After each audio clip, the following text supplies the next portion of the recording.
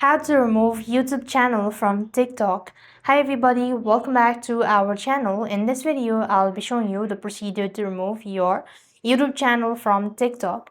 So to actually do this, you first of all need to open the TikTok app and log into your account. So once you're logged into your TikTok account, what next you want to do is here on this page, you simply want to click on the profile from the bottom of the page and then go to the edit section at the top of the page. Now then, when you go to the edit section, there you have your edit profile page. You could either go to the YouTube section, as you could see the link here, or you could just go to the link section.